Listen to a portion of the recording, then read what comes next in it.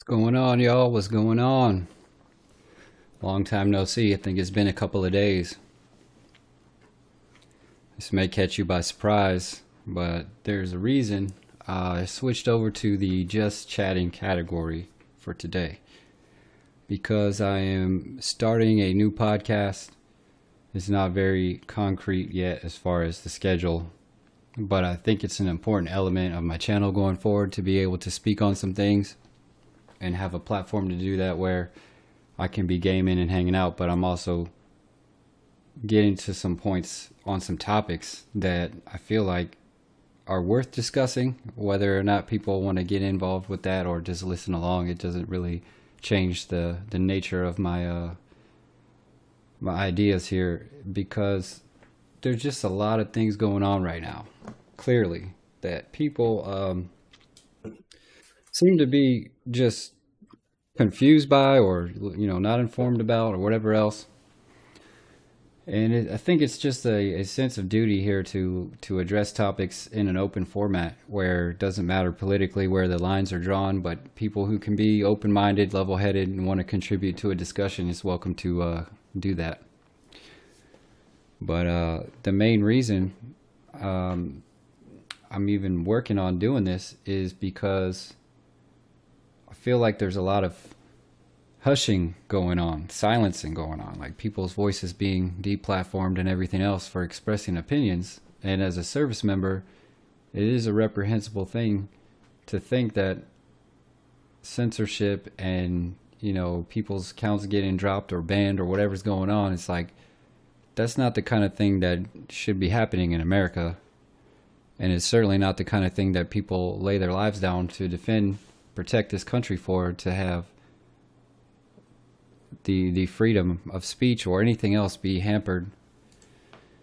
And that's kind of what led me to examine some of the things that I wanted to discuss. So kind of a little of everything, passively gaming, hanging out, but still getting to some core meat and potatoes type things. People that typically, in their 30s, my age, it just seems like we can take it or leave it. But there's more under the surface that we never really examine. And to start the podcast off, I just want to give you the reason why I picked this name, the Honor Guard Podcast. The reason for the name is, in the military, the honor guard or ceremonial guard, color guard, depending on what branch you're in, their job is to, ceremoniously present the flag, to, do other things. There's a lot of things they do, funerals and special events and military promotional events, everything else like that. But they have such a reverence for the flag when they carry the flag. They treat it with such respect. It's meaningful. Every single movement is coordinated and planned, and they present this nation's colors to anyone and everyone with that utmost respect and that authority. And that, that's dear to my heart, especially right now with the anti-patriotic messaging that's going on. It's disturbing to me, because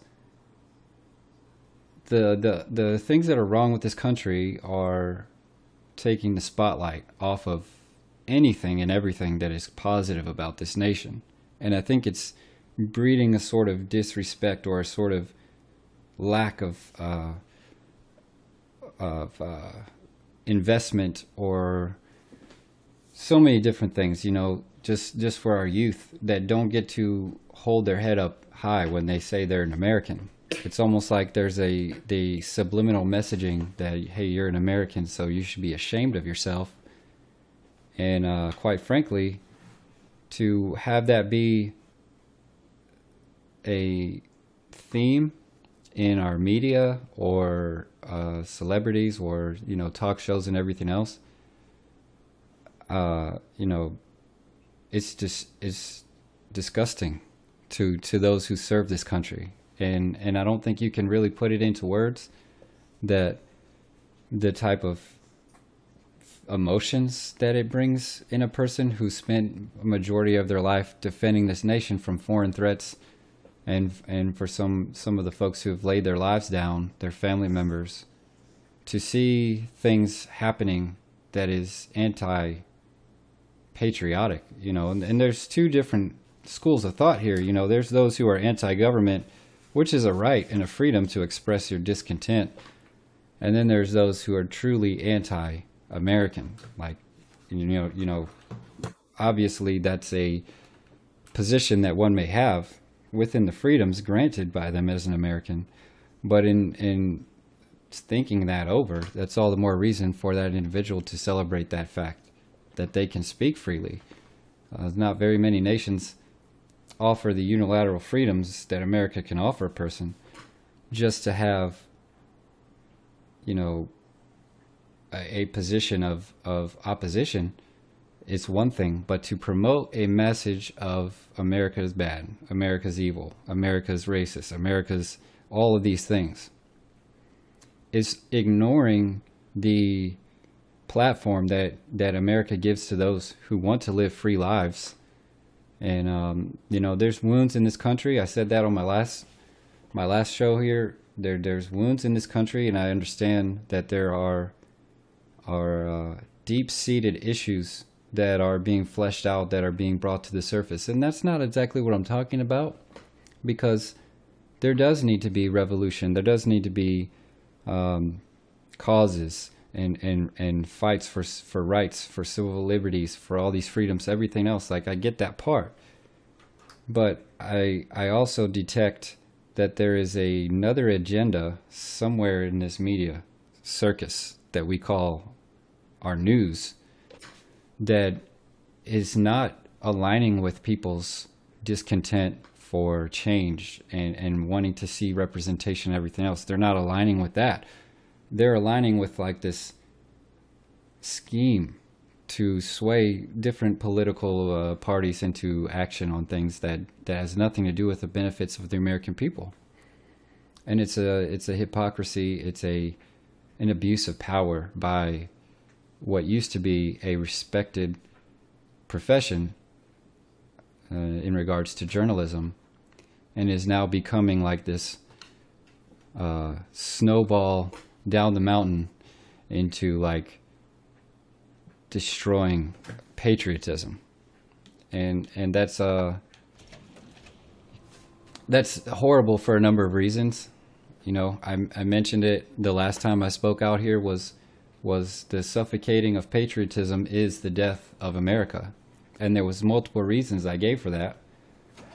Primarily, that is because it takes a great deal of resources, personnel, time, effort, energy, life, all of these, important things to keep this nation free. So while on one hand, having an opinion and, doing what's comes naturally to you, and using your freedoms to speak and say what you want to do and all that, it's like, of course, those are your rights here. But to get to my point, without defenders of America, you likely losing those freedoms. And I hate to see that freedom gets abused to like a negative effect of creating this anti-patriotic sentiment amongst our young children, that, down with America kind of thing that I'm kind of seeing. Because now you lose the recruits that will stand in, defend this country, believing that the nation they grew up in is so evil or so backwards that it would be best to leave it to struggle and die. It's like, it sounds extreme when I say it out loud, but it's not that extreme. If you watch a half an hour to an hour of your local news, it's like a subliminal messaging, and I won't want to get too far into the politics of it, because I recognize that what political party you're in right now is like a breeding ground for all kinds of chaos to ensue thereafter. And I'll give you my background in it. Is for a number of years, serving in the military caused me to sort of take a neutral stance, because from one president to the next, it doesn't change my job. I'm not entitled to have a political disposition in uniform. Carrying myself has to be neutral, and my ability to carry out the orders that I was given in different scenarios, if I dragged personal politics into that, it may change my ability to perform my duties.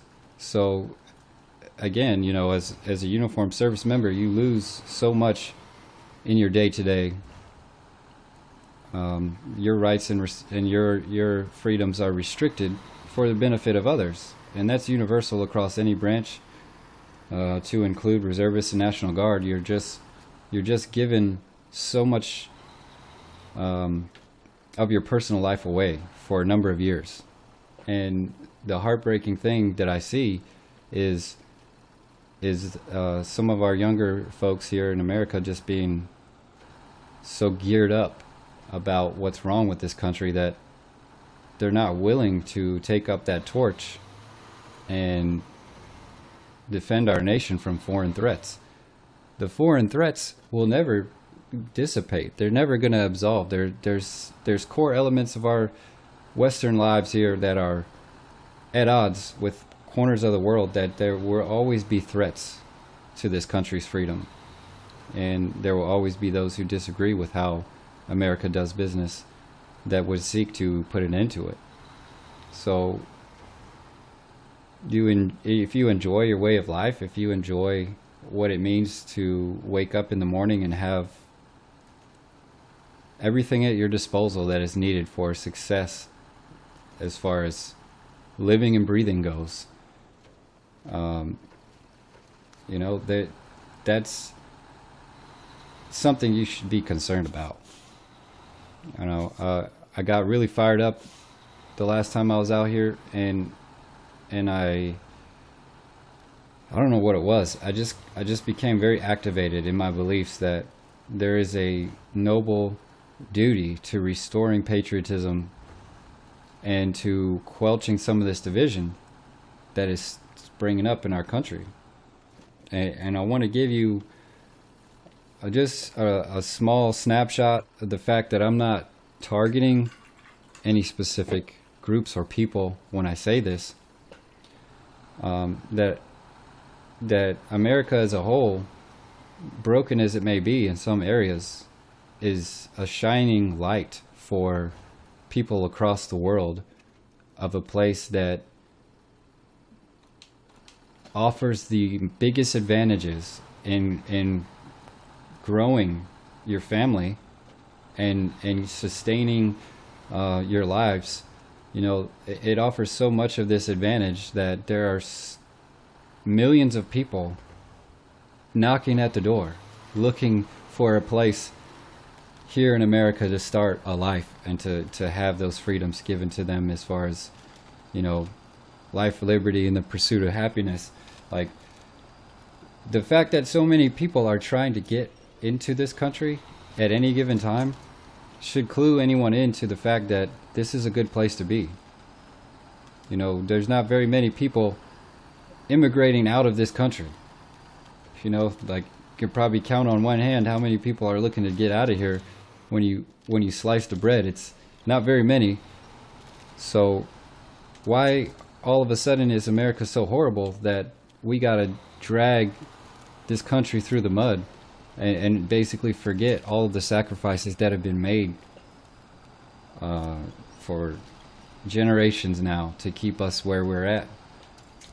Like, I think it'd be different if people you went to school with and your best friend down the street and your neighbor and other folks, if they were all dead right now for a cause so noble as defending this nation.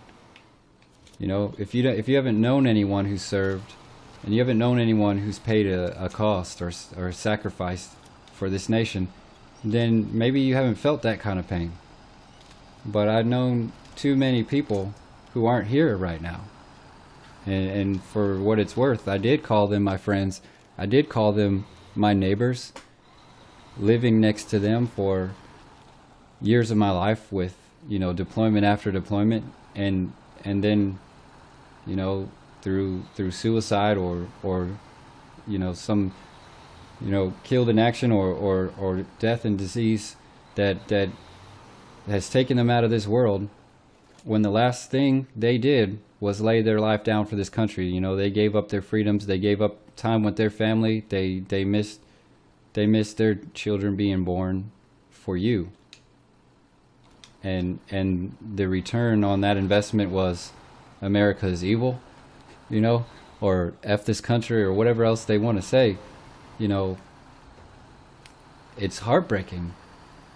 When you put some personal details in that equation, you would feel some kind of way about it too. And I just don't think that we're getting the right messaging from leadership in this country if the only things they have are criticisms.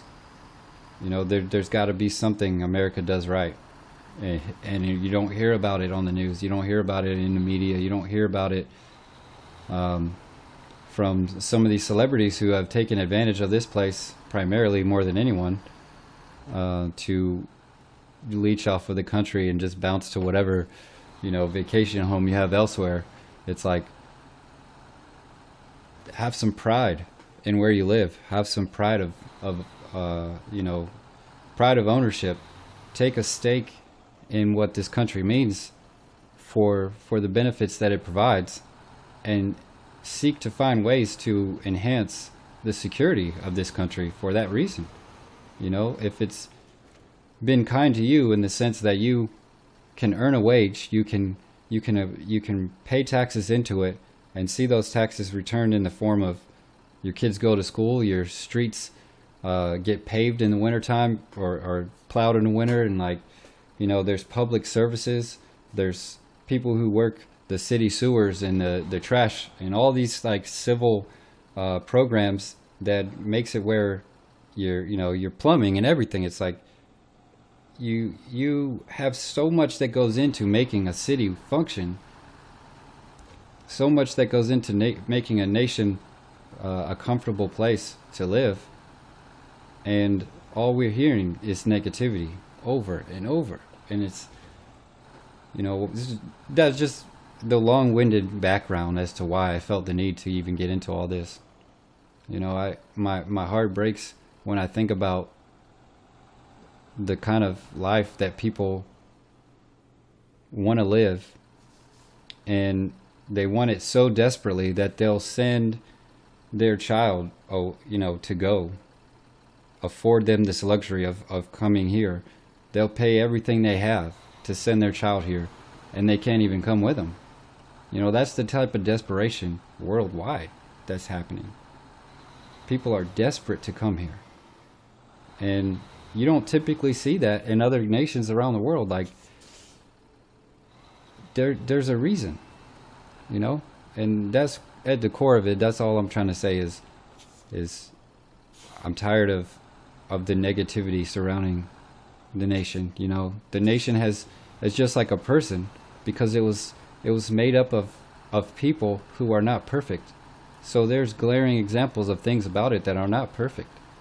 But if that's the only narrative that anyone ever hears, there's no incentive for positive change, and there's no incentive for the protection of the nation that gives us so much of an umbrella from the type of terrorism and crime and horrible conditions that exist elsewhere in the world. This is an umbrella from some things, and I'll give you an example.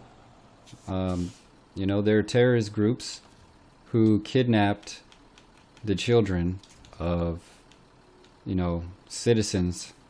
This happened in Africa, of all places. This terrorist group captured the daughters of families who had sent their children to schools, paying everything they could afford to pay to send those children to school. only to see their daughters kidnapped from that school by a terrorist group, never seen again. And there was no government action they could take. There was no group of people they could send. There was nothing that could be done to spare the fate of those girls from within that country. It's like something that would happen here, and within 5 seconds you have multiple branches of government and agencies within the United States government and military forces that would descend upon that place with the snap of a finger, with lightning speed, to intercede. And you realize, like, other nations don't have that. Like, do you realize America is the country people call when shit goes south? And it's our men and women who will go die for causes elsewhere in this world because of their sense of duty to this country, that they will go anywhere they're sent and do what is asked of them by their military leaders for the benefits of this country. And I don't feel like they deserve to hear such horrible things be said about it on the regular basis. It kind of leads me to my, first topic is just how out of touch some portions of our nation might be with the realities that exist in the world. There's heartbreaking, heart-wrenching things taking place with human trafficking and other things that, there's corruption in some nations where these practices are continually ignored and allowed to persist. And I see that so much about the messaging is targeting like what's wrong with America, but what about what's right about America? America's a country that's fundamentally bound to a moral code that exceeds that of some other nations. And that's not me being like profiling or trying to be racist or remark about some country because I'm trying to breed this like message of superiority or anything like that. But the moral code is uniquely different in some areas where that kind of activity puts the right kind of money in people's pockets, that they will turn a blind eye to it on a regular basis. Like,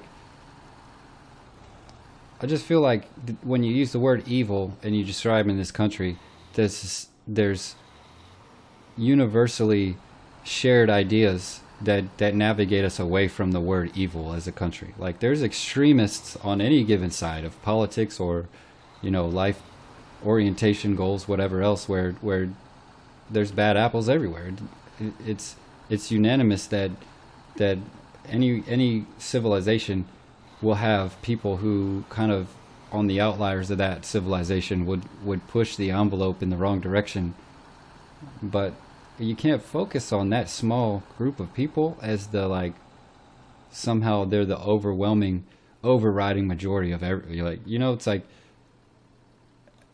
we can't get used to highlighting that, and solely that. It's just, yeah, I feel like I got off topic a little bit with it, but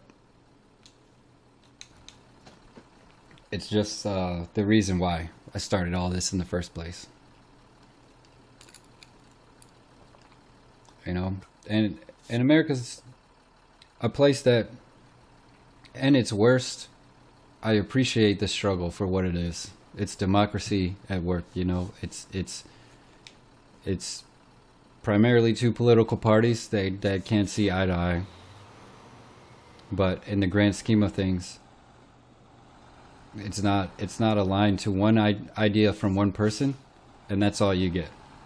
I'm looking at North Korea or China or Russia, where your individual opinion does little to nothing to change anything your leadership will do or say. You have no voice. North Korea, they don't even have the internet. They don't get to watch cable news and see what's going on in the world. They have a filter bubble that is placed around those people, and the only thing they get is whatever the supreme leader says they get. They didn't get to vote on who got to take office. They didn't get to examine where else in the world they might want to live. Like they are locked in there with whatever it is they have. They actually have South Koreans who's smuggling media into that country, and that's the only form of outside influence and information that they get. Period. It's the only thing. What's going on, Patrick? Welcome to the show here. I'm just doing a inaugural podcast of Honor Guard podcast. First episode, and I've been rattling on for a while now. It's just chatting, just me getting the kinks out, getting my initial aspirations together, and sitting here sipping on a little tequila and some Sprite. Ain't being shy about it. But I feel like this is more therapeutic for me to just get this stuff off my chest than it is for me to just sit and stew on it all day. So if you end up going back and watching the earlier stuff, I just was laying down the framework for why I'm trying to do this. But back to my ongoing point is America offers you choices and freedoms that are on short supply elsewhere. And while we were talking about it, let's talk about China. China's a communist place that one particular man has destined himself to remain in power as long as possible. So if you don't like it, tough luck. Here in America we have presidents who sit in office for a select period of time. They don't get to rule for 50, 60 years, like if you don't like the way an administration is handling certain business, guess what? By the next term, if they're not reelected, they're out of there. So you don't even have to worry about that again in your lifetime. That person's gone and done what they needed to do, and they're out of office, and you can, as a citizen, you can vote on who you want to occupy the office next. You know what I mean? Like, if that's not a quality that you can admire, then I don't know what you're doing living here. If you boil it down, if that doesn't attract you to a country as a net positive thing of like, hey, the public votes on leadership here, and that's not just strictly to the presidency, but that's all the way down to local government, all the way down to your neighborhood watch captain. It's like you get to vote on whatever you want to in this country, and that's a luxury that you taken for granted. I will say that there's a number of things within the system that could be enhanced for clarity's sake.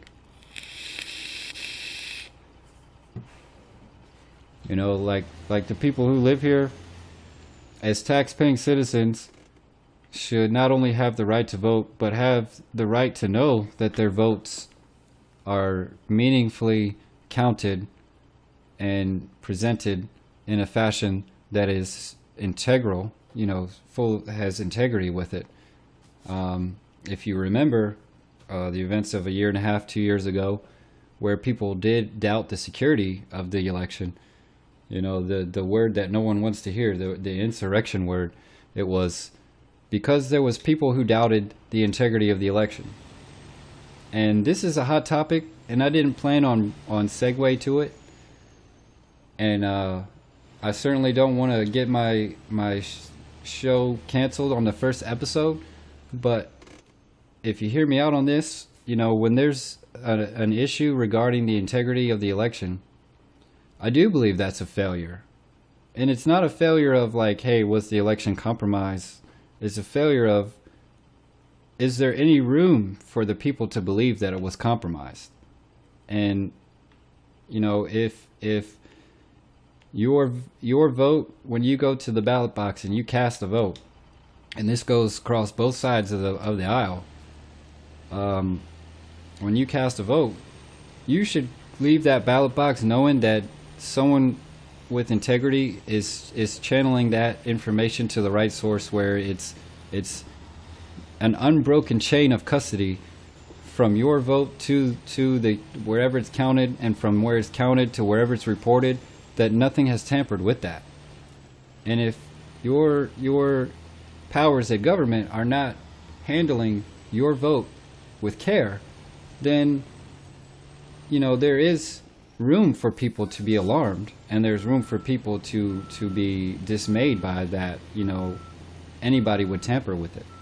And that's where I do think there's a critical failure in our system of voting, as far as there should never be a second hesitation of a question of a doubt that that vote was handled properly. And if there is, that's a failure in the leadership. I will allude to the fact that one way to ensure that the American people will have confidence in the results of these votes is to ensure that these votes were properly processed. And we're living in a day and age where you can order some shit off the internet.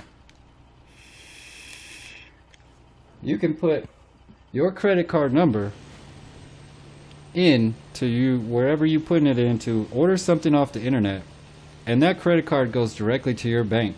Like people can, or debit card, whatever, it goes to your bank, where if somebody was to intercept that, your entire financial life could be in ruins, in a second. So if we have the technology to create a safe atmosphere for purchases on the internet, then we have the technology to create a safe and secure voting environment for the American people.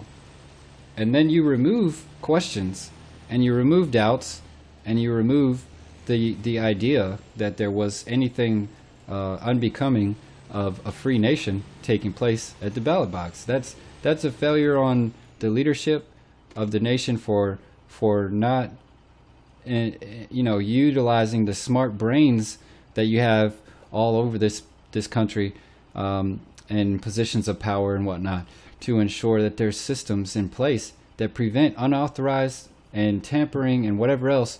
Because I do believe that the only people who should be voting are people who pay taxes, legally live in this country.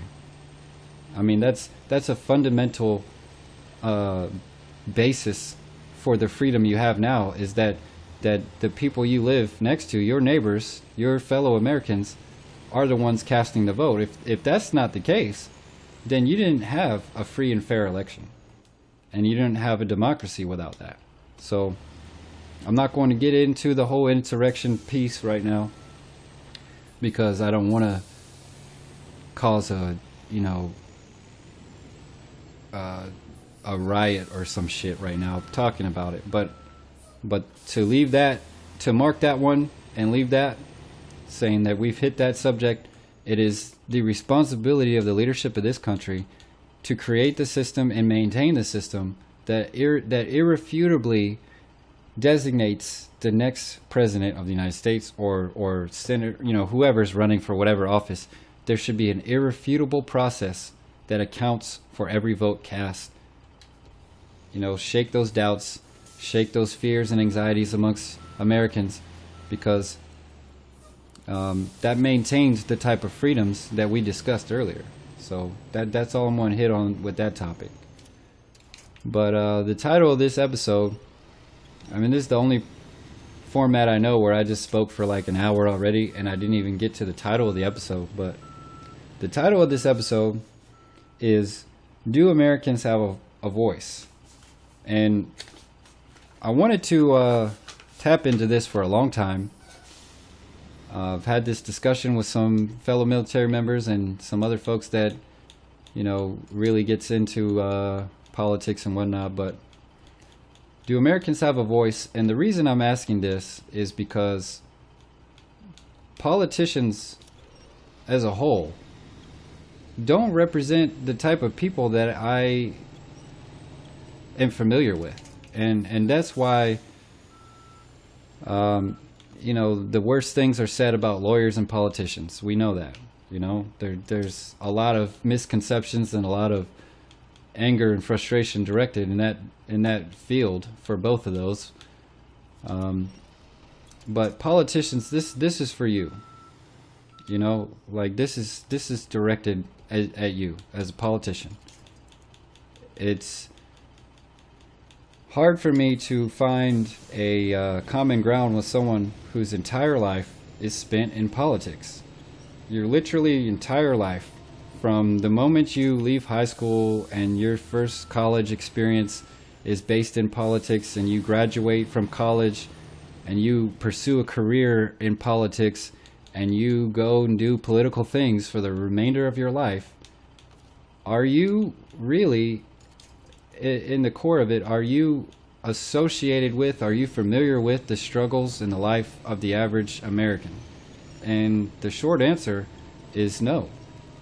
If you've never worked a job in this country, if you've never held a, I'm talking about in your adult life, I'm not talking about you flip burgers for half an hour because you were in college and you needed some cash. Like, I'm talking about you worked a career in the country. You spent time on the grind, 9 to 5, like you got in there and you had that experience as a middle class or lower middle class, or even in poverty where you knew what it was to work for $1.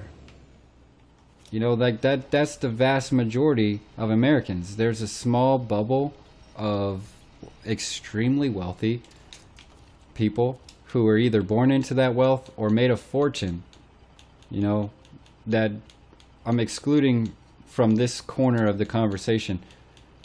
And, politicians align with that mostly, with people of a wealthy background. That's just the facts. And there's no way that someone whose parents left them a trust fund and went to Ivy League schools and had, really never worked for a living, there's no way that they identify with the core, elements of living as a civilian in the country. Like, how could you sympathize with someone like that? You have no idea. Like, your decisions are made from a place that doesn't exist for 99% of Americans. The ability to live without fear of financial ruin, or to have like just a stable, secure environment that if you were to lose your job or whatever would happen, that it really is of no consequence. That's a small percentage of the country. And I feel like if you examine who's in office right now, with any political office, any government office that's elected by the people, it's like a lot of times those are individuals who had the time and the freedom in their day to campaign. The financial resources to stop what would be considered meaningful employment altogether, and just go out canvassing the country and like campaigning for yourself to win. Like, if you think about that, how many people do you know, and I'm addressing the average American here, like, how many people do you know has the time and resources to quit their job tomorrow and say, I'm hitting the campaign trail, and you go out and you're looking to raise all kinds of money from everywhere, and you don't have to worry about like putting food on the table. Like, you leave a career behind and go campaigning somewhere. Like, I don't know anybody in my direct life who has the means to do that.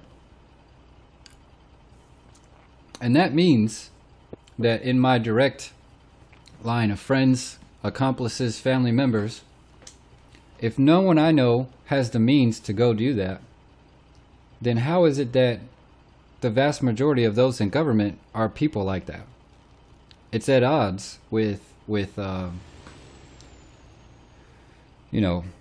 identifying alongside average American. If you think about it, if you're in a class, an upper class, coming from wealth and success and all of these things, can you truly comprehend the struggles of the kind of people that lives paycheck to paycheck? And the short answer is absolutely no. You cannot. You cannot have familiarity with that. So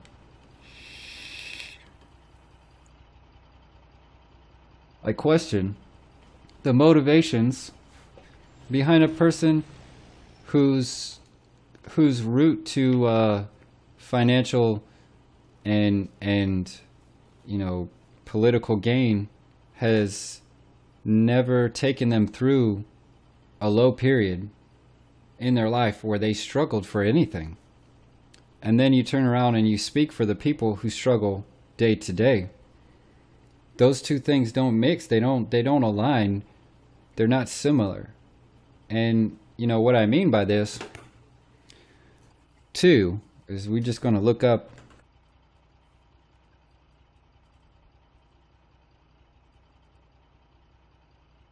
something up real quick. The average salaries of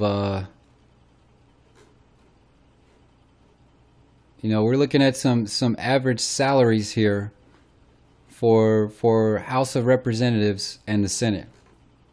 And this is non-scientific, just I didn't go around and petition the Library of Congress for records and go verify whatever it is. I'm just looking cursory setup here on the internet. It's we're looking like 170,000 or something. Is this right? 170,000.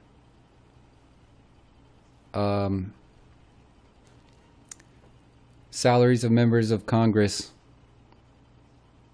There's an automatic increase in salary each year as a cost of living adjustment that reflects the employment cost index. The same amount has been kept since 2009. So we're looking at $174,000. That's people in the House of Representatives and Congress and everywhere. Like this is an average amount.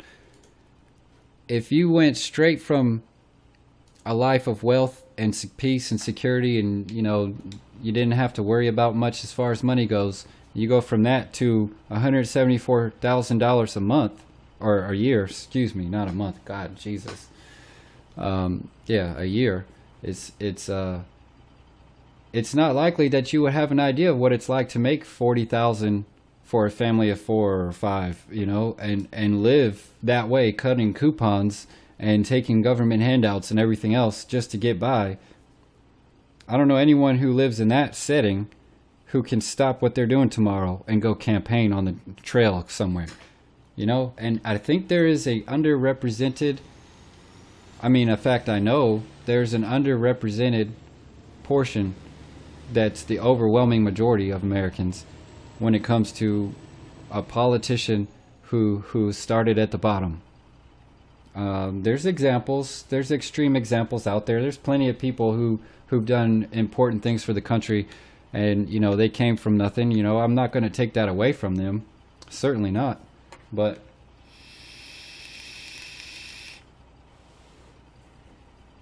I think there's definitely people out there, lawmakers out there, who don't know what it's like to live through the aftermath of decisions they're making, and to me that's unfair. That's not a representation of the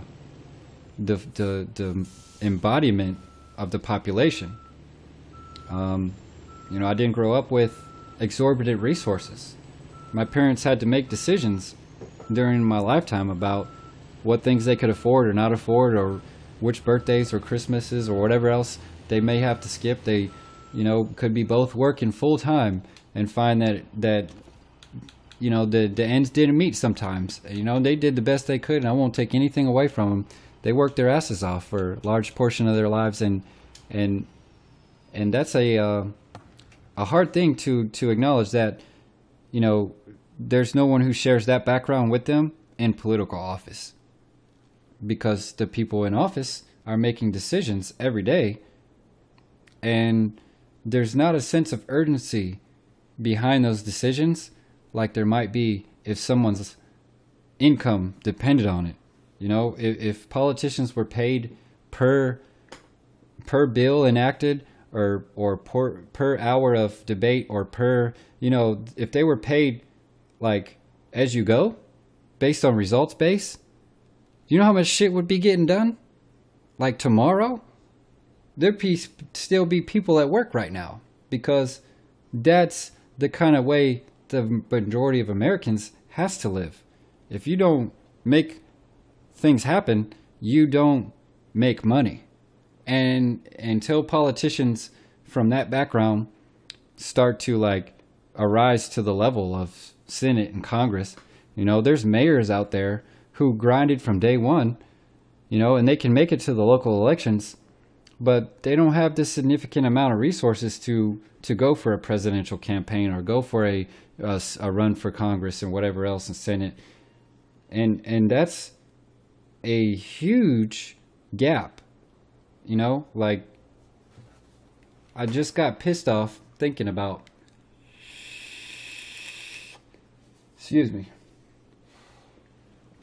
I got pissed off thinking about how little a politician can do and get the kind of paycheck they get, because there's no other job like that where you don't really do shit at all, and you get a break for the summer, and you get a break for holidays, and you got federal days off and everything else, where you don't have to make a decision. You can argue with each other and call each other names, and this can be both parties, where you can run your entire campaign on insulting the opposition.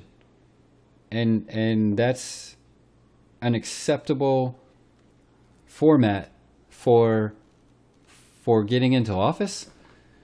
It's a slightly bewildering thing to consider that, policy is not first and foremost in these debates, and running against an opponent.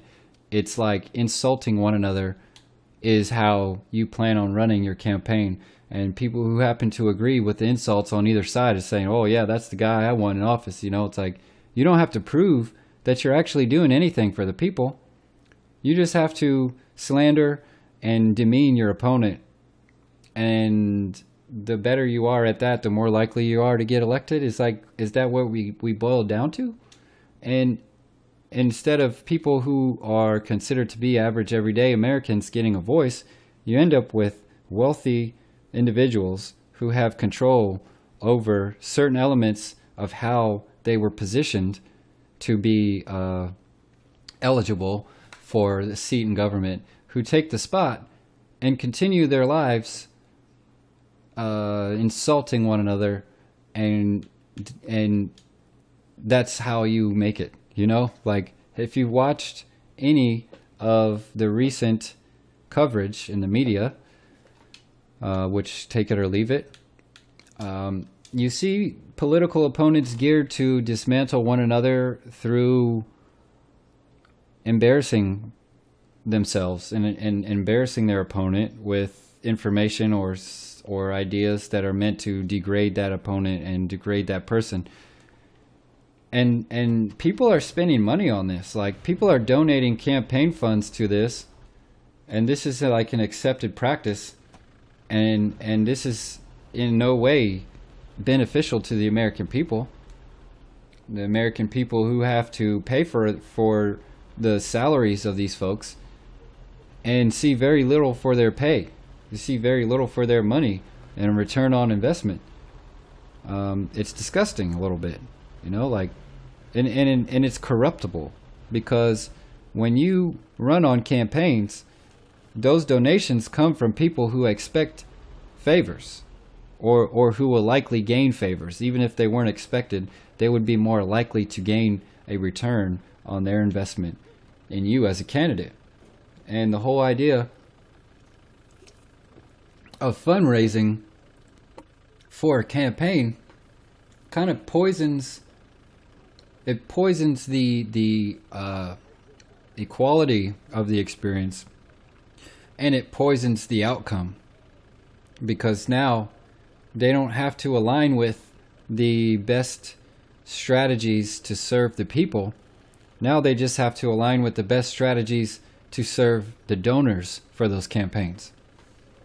And Does some of these donors include foreign countries?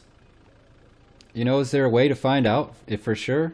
Not really, because money gets laundered in this country through criminal organizations the same way it gets laundered through government.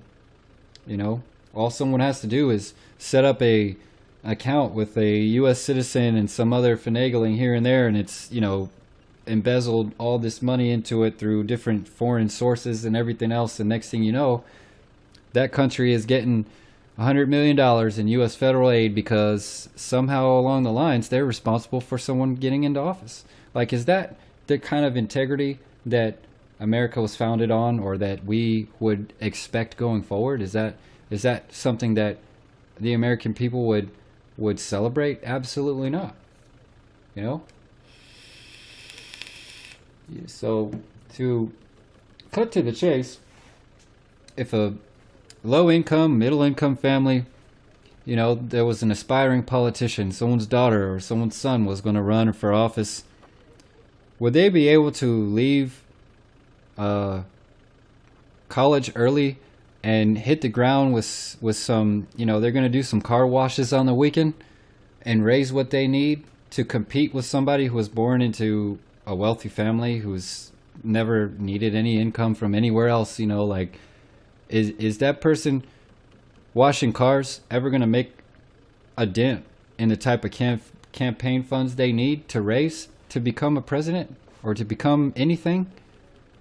You could wash cars till your arm fell off, and you wouldn't even make it in the front door of the first debate. And that's restricting a number of people who could be the most qualified in their life experience. And there's plenty of people who went through public schools and couldn't afford to go to college, but studied on their own or whatever else, where their intelligence is not in question. Their mental acumen is not in question. It's the fact they didn't have the money. Anywhere in their circle of influence didn't have the money to project that person as a candidate. And their voice will never be heard as a candidate for any form of high office in government. So, do the American people have a voice? I don't think they do, in the sense that the way our current elections are conducted, that anybody in the country can make it to that point without some unobtainable investment. And that's somewhere we need to work on. As a nation, there's got to be a recipe here where you can get other classes, other levels of society involved in the government decisions. And that puts me into my next category. I think I might have to switch games here because I can't even concentrate right now. Sorry for anybody who was happened to watch it for SnowRunner's sake, but I need something more mindless I can do. My point is, there's large portions of the country that are blocked off from the ability to achieve the influence necessary to make it to consideration. And that's not limited to a Republican or Democrat. That's universal. When's the last time you went to or watched a political encounter and you saw somebody who worked their ass off? Somebody who came from like a trade job. I mean, the only crossover point I can see. Sorry for this music blasting right here. Go away in a second. The only crossover point I can see are those who went in the military, and I'll tell you why.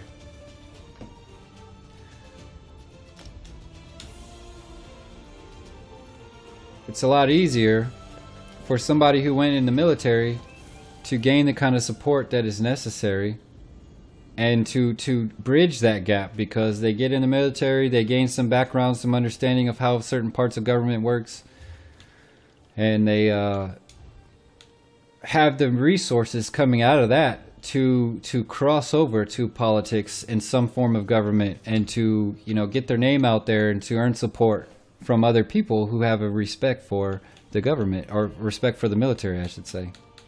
So there is a crossover point, but that is, I think it's something around the neighborhood of like 1 to 3% of Americans are even qualified for military service. So that's not an open door for people. That's not an avenue for representation. That's just pointing out an area that could use a little bit more work, in the terms like there needs to be broader access to government office. And I'm not saying any of this. Let me get my ambitions with this clear right away. Like, I'm not saying any of this because I plan on running for office. I absolutely do not plan on ever running for a government office. So I'm not trying to pump up some like weird hype around the idea that I need to be apt for consideration for anything like that. I want to stay as far away from government as possible. Trust me. When I'm out of the military, the last thing I want to do is put a suit on for the rest of my life and go argue with people. Like, that's the last thing I'm trying to do. But I imagine that one day, maybe my daughter or my son would be interested in the idea of holding office, and they would be able to try as hard as they may and never have the kind of millions of dollars that you would have to even make it to consideration. And in a nation that's free, and a nation that strives for equity and freedom for all and all of these qualities, to think that the largest portion of the population is underrepresented in these public offices, it's kind of a staggering thought. And it's not black people or white people or dividing by race like the news does every night. The news is pumping out everything based on gender and race right now. But that's not true. If you look at the statistics here, the type of people holding office, it's not divided that way. It's divided by class and like income levels. Like, some of these families are dynastic families, which means that more than one has held office and for generations having power that attributes like to like the most ability to affect policy for this nation, having that be held almost like a kings and queens would pass titles down to their children. Like, that can't be the only way we have for like government elections and for candidacy. Am I crazy for thinking that the middle class, the lower class, the poor, and just the destitute, the people that have struggled literally for days to day, is it a foolish thing to think that maybe they would be better represented by someone who did what they're doing, who like knows what that's like? Because when you're making policy, you're making the kind of policy that affects all kinds of Americans, the majority of whom don't have surplus income right now. So how can you be in tune with how can you be like familiar with the kind of lifestyle that Americans live if you've never lived it yourself? Does that make sense? I'm just throwing it out there. It's like, I want to see more pathways to government office. That's beating a dead horse now. I'm getting sidetracked with it. But the other thing is age. You know, I did the liberty of looking this up earlier because I got tired of seeing old gray faces on, you know, like you got white hair on your head. You're at the crown of life. You've reached a place where, you know, some of you should be thinking about enjoying time with your grandkids, and you're still holding an office you held when you were in your 50s. You know? How do you even know what's going on in the youth of America? Or how do you even know what's going on in the mindsets of the middle age who are currently struggling and working through life right now? You have no idea, because that was 30 years ago for you.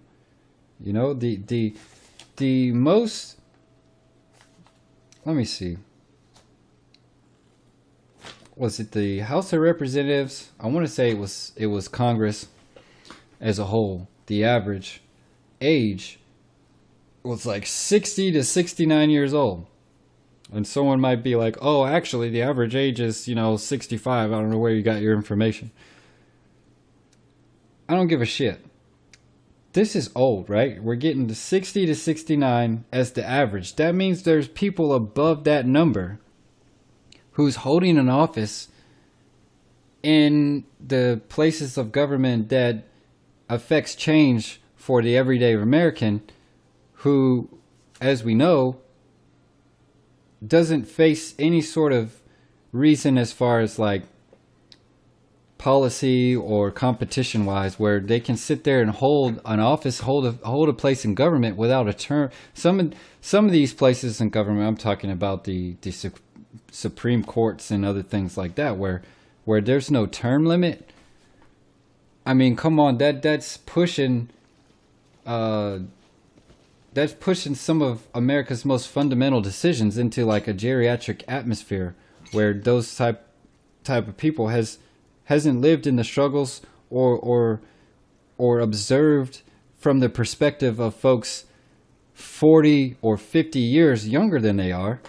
But then they'll be in a position to make decisions for the broad spectrum of humanity here that entertains things that they've never seen at their age. Like there's probably some justices or some people in Congress and stuff where they don't even know what TikTok is or social media or the dangers of certain types of technology that presents to society or whatever else. Like they've been so far past the age groups they represent that they don't have a connection with what's going on the here and now for the larger percentage of Americans who are concentrated, at the crux of the working class of America.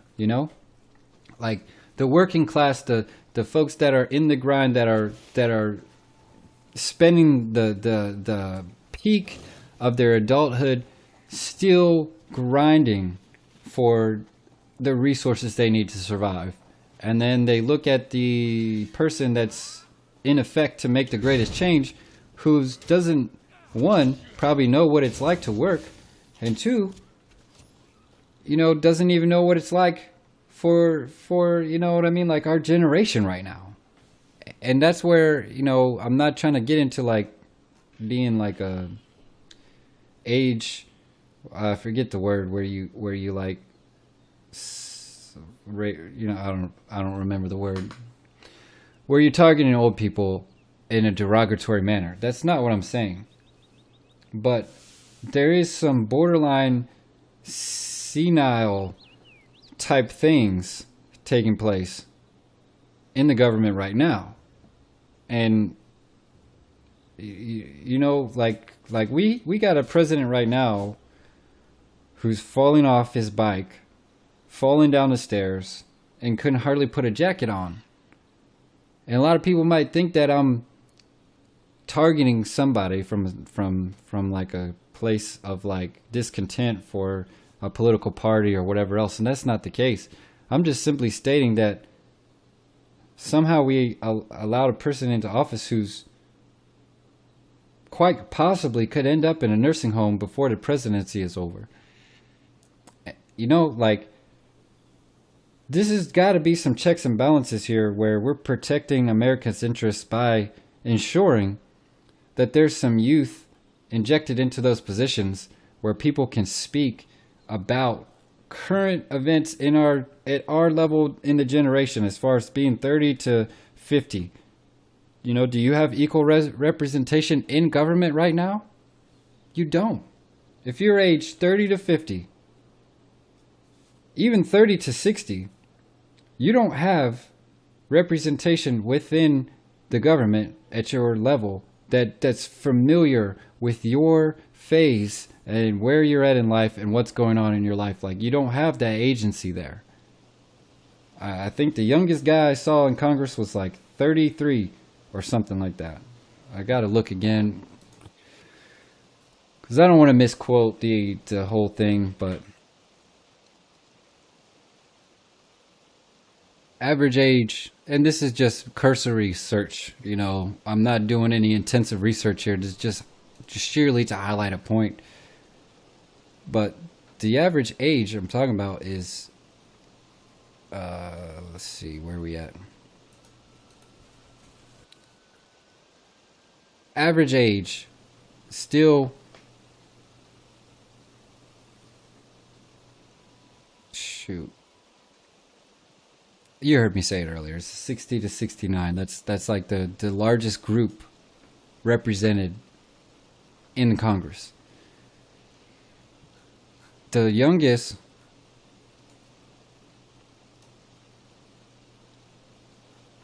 on, it's like 33, something like that. It's like 33. And maybe there's somebody else. I think there was another one who's 25. In the House of Representatives, 25. In the Senate, 33. Those are the youngest people we have in office. I will say that the House of Representatives is much more balanced in favor of there being a generally good mix of folks all the way down, through the different states. But the oldest is like almost 90 years old. And I hate to like target the specifics here, but like, does somebody who's 90 years old have their finger on the pulse of what's affecting the average American at 40 years old? Probably not.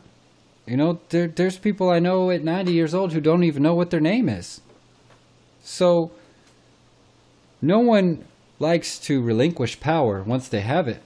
Like, no one likes to respectfully decline serving another term, or knows when to bow out.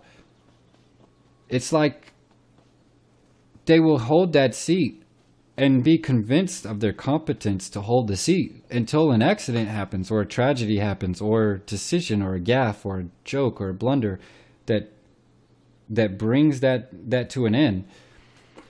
And I just don't think that it's fair to Americans as a whole to allow certain positions to be filled by folks indefinitely.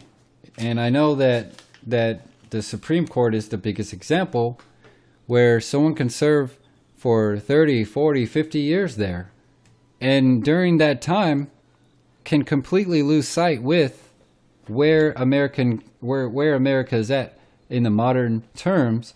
If they don't even know, like say somebody who graduated high school this year is going up, for their first job, and they're struggling as an American with some things like that, and like they're having trouble adjusting to life on their own, and they get employment, they hold employment, they start looking at buying a home, and that's a struggle, and then they finally get into a house and they're struggling to keep that house, and like the societal pressures, the friends and family and everything else, where life experiences, circumstances and things going on at that age, that there's relevant issues being brought to the surface. They won't have agency in the Supreme Court for another 50 years past that point. If you think about like where they're currently at versus where someone else is, was at 50 years ago. You know, that guy holding office at that level who's pushing 60, 70, 80 years old has no idea what the mindset is of this individual at 25 who just made it through, you know, the gauntlet and has started to try and eke out some sort of generational wealth and build a pathway for successful family life. Their struggles will not be familiar at this current phase of our life for another 40, 50 years. That's a huge gap. And that kind of alludes to the fact of like where's the middle ground where there's some folks who can identify with that phase of life in our modern generation versus someone who identified with that phase of life 3 generations ago, who could have great grandkids by now. You know, do we entertain the idea of term limits in any form of office? I mean, if for God's sakes the president of the United States gets a 4-year term, you know, the highest seat in office. And there's got to be a new way somewhere to get fresh blood in office where you can have somebody who offers a different sort of opinion that's relevant to the youth, that's relevant to the middle age. You know what I mean? Like, even retirement age folks could struggle to find people in government that they're familiar with, and that's a kind of a crazy thing for a free nation right now to acknowledge that fact. You know, and in Congress or these other government agents' offices, when they break for recess on like a holiday break for 3 weeks, you know, do they know what's going through the minds of an 18-year-old right now?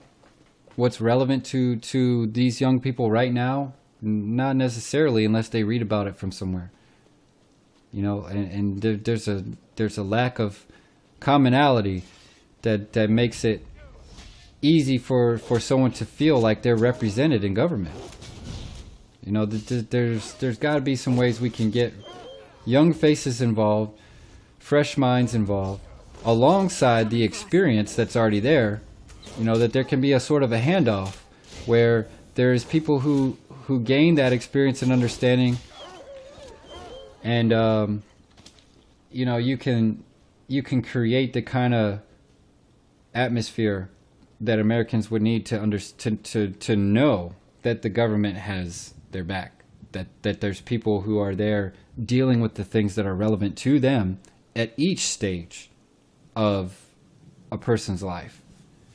You know, the way parenthood hits a person is different when you're going through it than it is like 50 years after you had your kid. You know, like there's some differences in what's an immediate concern or what could make life easier or what could make life safer for you. You know, I'm talking about people who put little baby guards on the corners of a coffee table to protect their child from hitting their face and, you know, like getting seriously hurt. It's like you remember those little type of things as a parent because it's pressing to you in that moment right now. But 50, 60 years later, do you even think the way a parent thinks?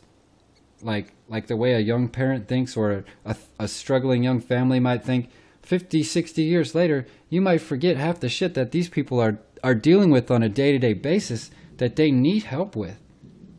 So how are you in a position to make decisions for those people with their interests in mind if you don't even remember that phase of life anymore? Like that's in the past.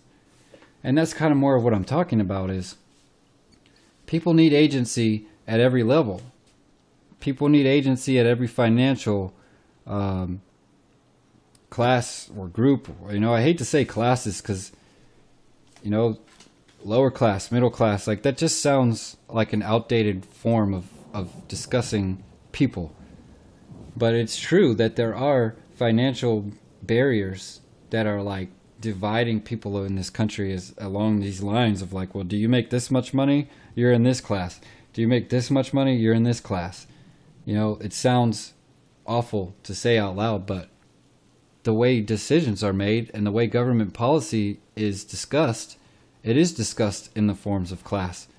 So how come, if that's the case, we don't have representatives from the lower, middle, and upper class together? You know, if the government is going to have the audacity to refer to people by the amount they make, then the government should have representatives from each of those classes. So don't tell me there's a lower class and a middle class, upper class, and then expect me to feel like we're adequately represented if I don't see anybody in that position that looks like me, or that's got my sort of, financial struggles, or that has relevance to where I'm at in my life. If everybody wants to talk about equality under the law and, equal representation and all these other things, then we need to really take a look at who the lines are drawn for and get people involved at each of those levels. That's only fair to those who do 90% of what keeps the lights on in America. If they have a person in government that is able to speak to the challenges uniquely to those people, but if you've got a parent who, bestowed upon you the gifts necessary financially so that you can run for office, and, you have no familiarity with the struggles of working class Americans, and you serve in office until from 50 until you're almost 90 years old, then you've never really appreciated the difficulties associated with life for the vast majority of people who live here. You were blessed to avoid paycheck to paycheck living. And in that regard, you don't have the ability to make the decisions that affect those people with a degree of familiarity. It's just not something you've endured or seen up close, other than the occasional person you run into. But I tell you what, if somebody's making $190,000 a year, are they eating in the same restaurant that you are?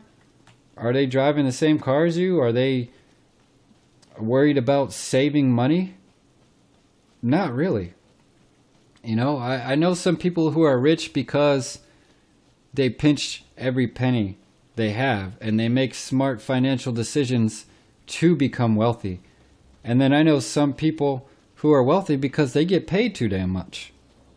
And I hesitate to say that some of those people in government are the latter. They wealthy because they get paid too damn much. You're removing an element of service to the country when you're taking a salary that would be envied by a large majority of the people you're serving. You're taking a salary of enough money to buy a house in cash with what you made in a year. Some people work way harder and make a lot less, and you're supposed to identify with those individuals when financial security is not something you need to think about. You've bridged the gap into financial, how to sustain that level of income across generations. You're into things like retirement plans and how can I increase my 401ks and my stock holdings and everything else. You're in a position where you're thinking about how to monopolize certain financial opportunities, whereas the people you're supposed to represent are in a position of, how do I keep the lights on? How do I keep gas in the car? How do I keep my children able in daycare so that I can continue to make income? That's where the people you represent are. So the parallels are not there between those lifestyles where you're taking into account the unique struggles of that individual. And, you know, they wouldn't call it serving in public office. You know, like when you take in that kind of salary, that's not a service job anymore. Because realistically, you're serving yourself. You know, like that's, I hate to say it like that, but it's true. You know, what do you do as a congressman or as a House of Representative or a judge or whatever, where you're serving the public's interests when you're making more money than 99% of Americans a year? Service is when you give something up for the benefit of the people. You know, like you serve in the military. That's giving up your personal freedoms for about the same money that private sector would make, maybe even less. You're giving up your personal freedoms and you go live on a ship somewhere, or you go overseas in the desert, and you know you have your life at risk. You're being shot at. You got planes taking off and dropping bombs nearby. It's like you're doing things where any given day you could die, and you're doing that for an income that's pretty level across the board with the average American salary. You know, like that's serving something.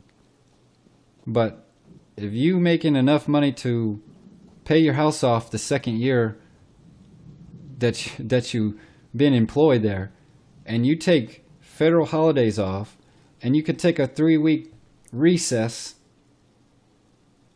in the wintertime, in the summertime, and you can travel all over the place and continue to campaign for yourself while you're holding the office, you know, that's not really serving anybody, because you've been given a platform where if you don't make decisions or if you don't pass a bill, you could still collect a paycheck.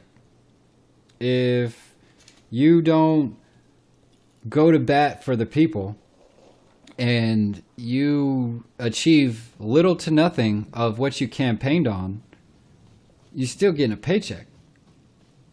You know, like where's the urgency in a job where I can be slow as hell?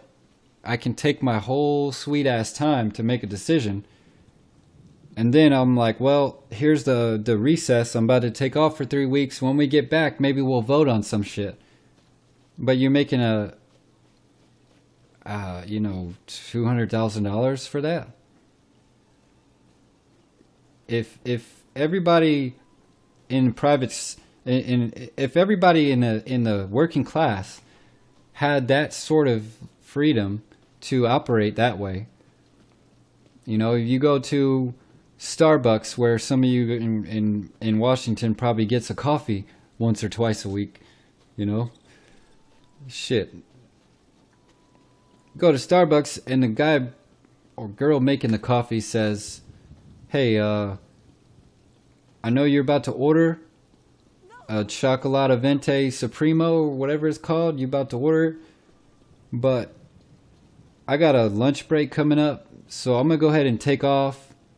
When I come back, I'm going to argue with my constituents about who's going to make that coffee for you. And then at the end of the day, when we get off of work, one of us will promise to make a coffee for you. But when we do get back tomorrow, we're going to need like $25 from you so we can continue to deliberate about this coffee. Like, who the fuck would get paid if that's how the average American was able to conduct themselves? But then again, politicians will go and sit around and argue and slander each other and address nothing but collect that tax money, that paycheck. That's failure for the people you're supposed to represent, and it's not service at that point. It's a scam. You know, and I won't say that there's a reason why. There's a reason why some government salaries are higher. I get it, because the less prone they would be potentially to corruption. They would be potentially less prone to corruption at that point, where it's like you have to pay people enough not to become a foreign agent. There's some scientific reason why, I'm sure. But if you haven't passed the kind of bills or policies that you promised, and you haven't dealt with the kind of issues that are ongoing in a respectful manner with your counterparts to get something done, in the private sector, you wouldn't have a job anymore. You would be over. You'd be finished. But these people who put you in office, they can't necessarily fire you when you fail them. Instead, there's ways that they created these policies to insulate themselves against opposition, where they can continually hold these positions with little to no outcome for the people. And it's bullshit. So, there's some creative thinking necessary to sort of like bridge through, like how do we get to a place where we have equal representation under the financial areas of responsibility, but also the age across the country, the dynamics of the 30-year-old, the 50-year-old, the 60-year-old, the 70, those are different. And you would think with all these folks in office who are at the, the crux, the people that have lived full lifetimes and endured, the years upon this earth to where they're old and gray, you would think all the folks in office like that would mean like, well, damn, the average elderly person in America should be well represented, well taken care of. And it's not even the case. You got old people out here. You got some elderly folks out here that doesn't have secure housing for themselves, stable nursing homes or environments, and retirement plans that are falling to pieces right now. But then again, the office is vastly made up of their counterparts. The only difference is they've been making so much money off this for a lifetime that their level of concern about the type of things that affects people within even their own age group is zero to none. And I think that money is incentivizing people to retain power more so than it is incentivizing people to deal with the issues affecting Americans. So we need to examine, like I said, we need to examine the age of the average representative. We need to examine the financial background of the average representative. And we need to examine things like term limits. For the benefit of American people, we need some young blood in there. We need some people who can speak to the issues pressing at their level, who can offer insight and sympathize with the people that they supposed to represent. And the last thing I have to say about all that is the very last topic here is it's in regards to debates. I saw something on the news the other day. Go figure. But there's I won't give the names, but there's some candidates here coming up for election. There's a lot of them here when it's coming to the midterms, but there's been a situation where somehow the debates, public debates, are optional things. And I wholeheartedly disagree with this idea that you can hold a public office and face zero need to debate your competition, your counterpart. The debate is, in my opinion, one of the single most important aspects of an election or of a public office, where your opponent has an opportunity to challenge you about some things, and you have the opportunity to defend yourself, equally challenge them, and offer the American people some insight into what your policy might be.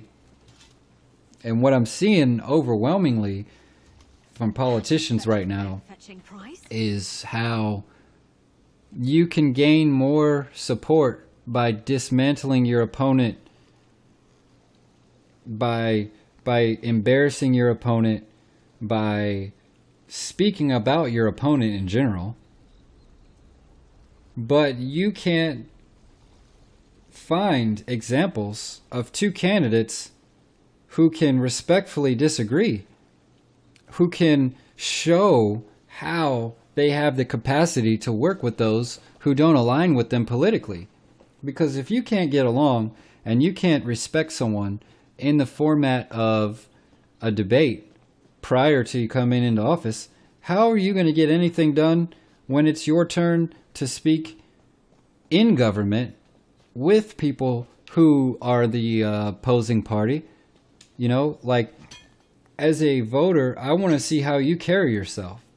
I want to see how you defend your policy. I want to see how you, how your humility when you're wrong, or when, you know, someone challenges you. How do you think on your toes? How do you adjust to the demands?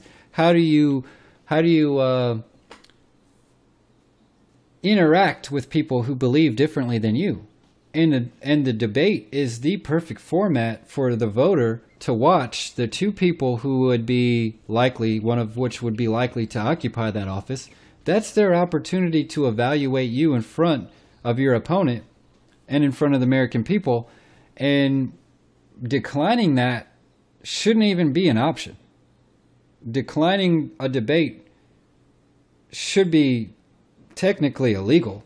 Like, it's disingenuous to run for office and avoid discussing with your opponent what the policy that you're looking to enact on people, like, how does that affect someone?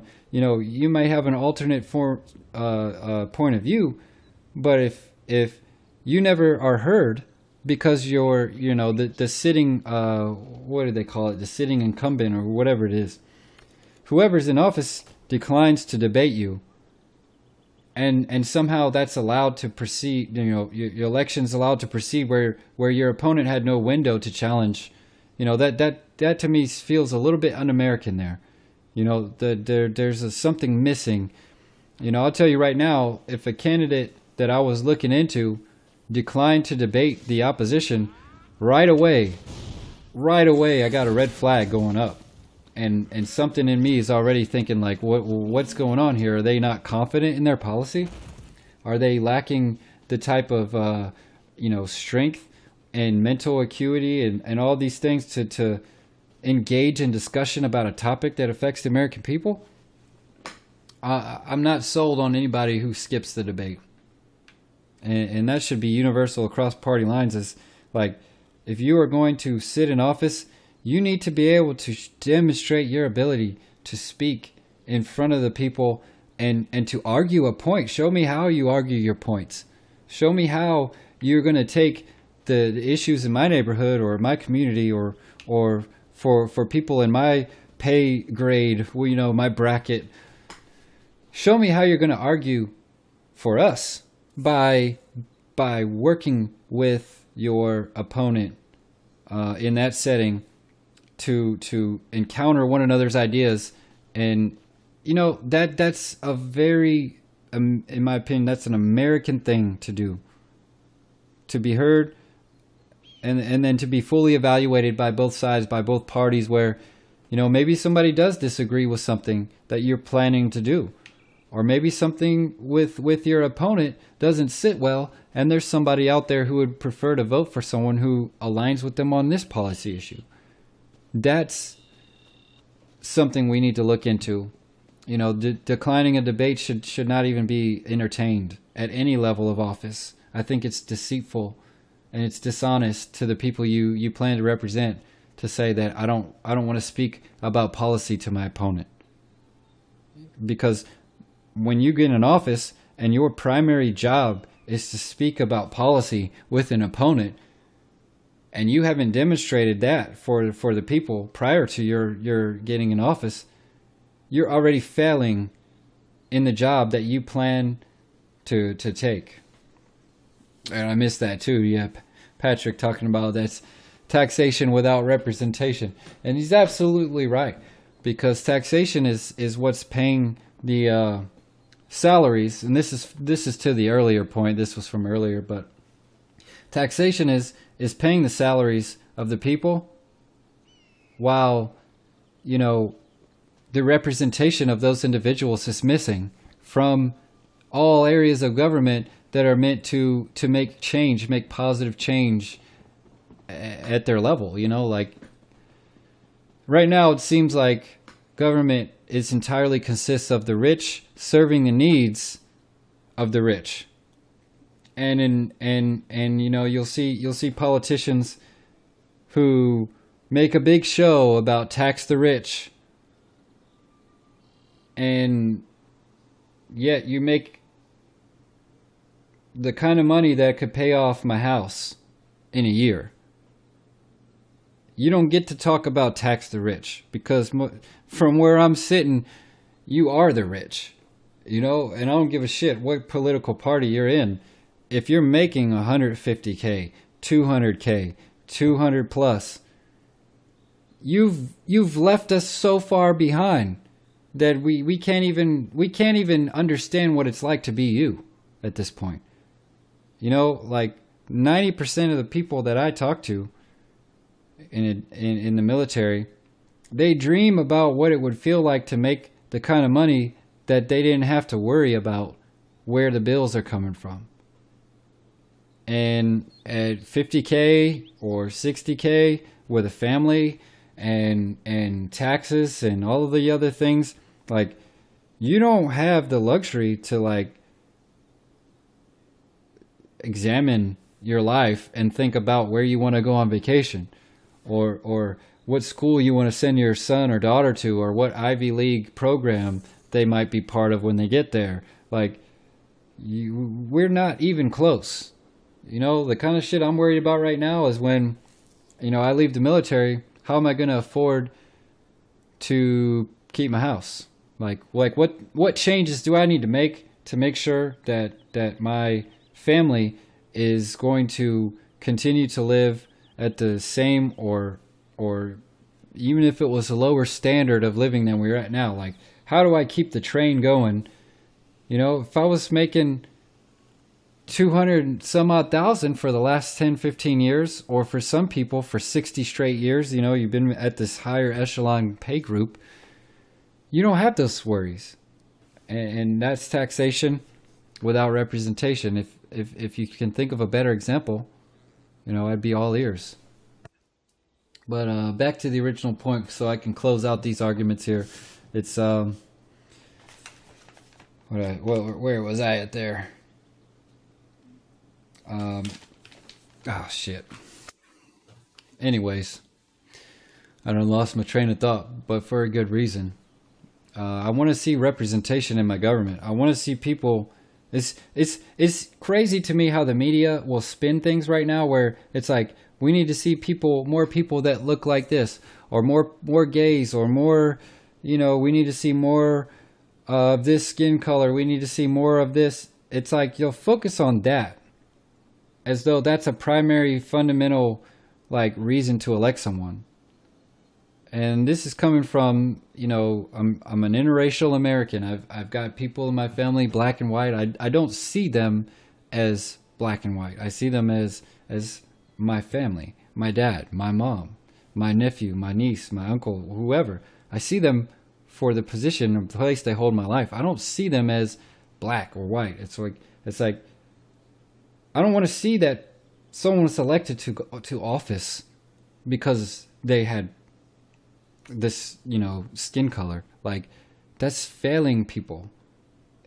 We need to see someone elected because they hold the necessary experience to carry out the job effectively, period. And I would argue that there's people in the middle class, the middle to lower class. There's even people from, you know what I'm saying, like the most poverty-stricken areas in our country right now, who can do an adequate to a, amazing job in a political role that they'll never get. And that's not representing Americans as thoroughly as we can. That's absolutely not. So, I'm basically through my limits, as far as time goes and as far as the areas that I'm looking to cover. And whether you're watching on YouTube or Twitch or you catch a rerun, if you happen to see any of this and you have some ideas, you want to weigh in, you have some similar thoughts, do you disagree? I'd be curious to get those opinions. And I'd also be curious of, discussing some of the other topics later on. And the next episode of the podcast, I plan on airing out something about poverty in this country, like the kind of poverty that's taking place right now. At the same time, handing out money to other nations and to other causes throughout the world, whilst allowing poverty to continue in this country. Allowing, I think in California, they got these things called tent cities everywhere. In San Francisco and all the nice areas, the beaches and everything, because California is so temperate year round, it's probably a great place to live for somebody who has to sleep outside. And that's not okay with me, that we would allow large communities of homeless people. And there's, I was walking outside tonight and I saw evidence in my eyes that there was a person potentially living out of their car. And I didn't see the person in the car. I didn't get to stop and talk to him, but I literally saw like pillows, blankets. There was like food wrappers and like clothes hanging up off the little hanger in the car. Evidence to me somebody was living in that vehicle. But we got all this money going out and no accountability for the American people where the money is being spent at. Like, where is it being spent? I want the receipt. If you go on a business trip for your work, who happens to pay for the trip and covers expenses, you come back to work and they want a receipt of everything you spent, where the hotel was at, where the, what gas station you went to, how many miles did you put on the car, whatever else it is. They get a receipt, a report of how that money went out. And that's for a private company, like they have that standard for themselves at private industry. But here we have the government willing to spend billions of dollars on things in other countries. And then we just go like this, and that taxpayer money is gone, and the accountability for that money is in thin air. Even $1 million going out, just one of the hundreds of millions of dollars that goes out.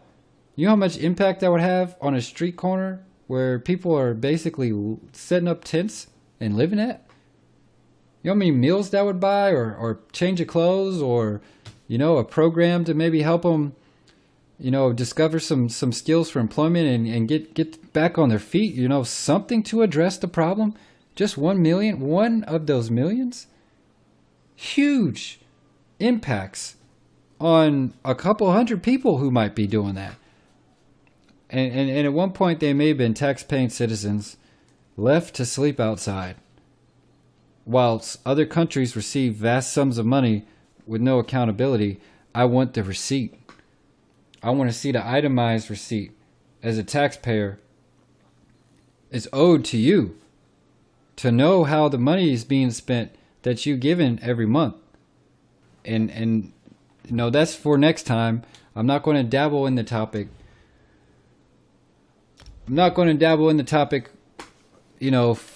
For too much longer. It's time for me to get out of here.